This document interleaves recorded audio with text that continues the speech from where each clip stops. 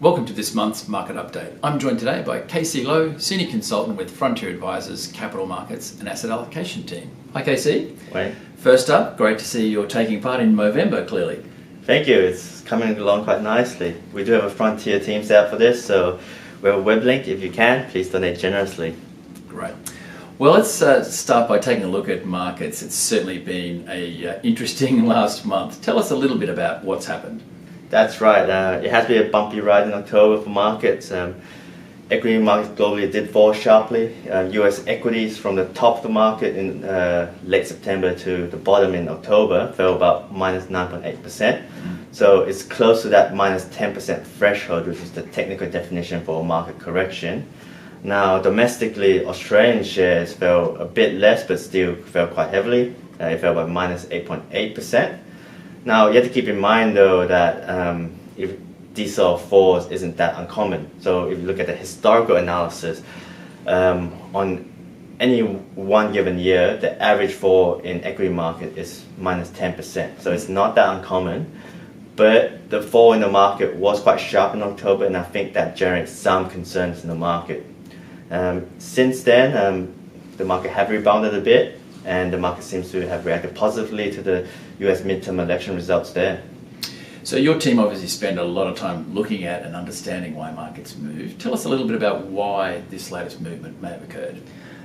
It's difficult to isolate the cause for these short-term market movements. We tend to focus more on long-term trends, but we think it was more technical in nature than driven by fundamentals. Now, the reason for that is because global economic growth is still very strong, maybe not as strong as it was last year, but still solid. If you look at US economic growth, the latest release for the September quarter came in at 3.5%. Good numbers there. If you look at the US labor market, they're still adding a lot of jobs, and unemployment rate there is 3.7%. Very low, very strong numbers there. And if you look at corporate profits in the US, so US companies, 78% of them have reported profits above market expectations this reporting season.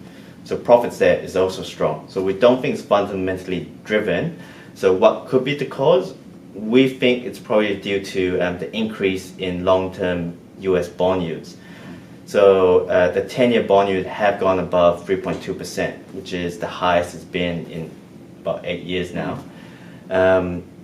So why would higher bond yields spook the market? Well, we think it's because since the global financial crisis, households, corporates, and even governments have borrowed a lot more debt because interest rates have been kept at very low levels by central banks globally. And now as interest rates start to increase gradually around the world, the market's questioning, will borrowers be able to meet their debt obligations? In our view, at this stage, global growth is still strong, so that isn't really a concern. But risks are increasing with the US approaching later and later into the economic cycle. So we've talked about some global factors. How about in our domestic economy here in Australia? So the Australian economy is performing well. In fact, the Reserve Bank mentioned that in their announcement on the Melbourne Cup Day. If you look at Australian economic growth, we came in at 3.4%, so not as strong as the US, but still very solid numbers.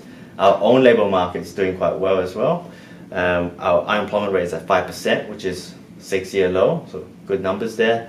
And the Australian dollar has fallen from 78 cents at the start of the year to about 72 cents right now, which isn't good for people going on holidays, but it is good for companies that export offshore. Yep. So if the Australian economy is performing so well, why isn't the Reserve Bank raising interest rates? That's a good question, and there's 3 factors for that. So in our view, the 3 factors are household debt at all-time high levels, and we have a slowing property market. Second factor is inflation is only at 1.9%, so it's still quite low and outside the Reserve Bank's target inflation rate, which is 2 to 3%. And finally, probably the most important factor is wage growth. Wage growth is still barely over 2%, so very weak numbers. And in our view, until we see wage growth pick up materially, the Reserve Bank won't be increasing interest rates anytime soon. Right. Well, thanks, Casey. It's certainly been an interesting month. Thanks for helping us to understand a little bit about what happened and why. And thanks to you for watching this month's Market Update.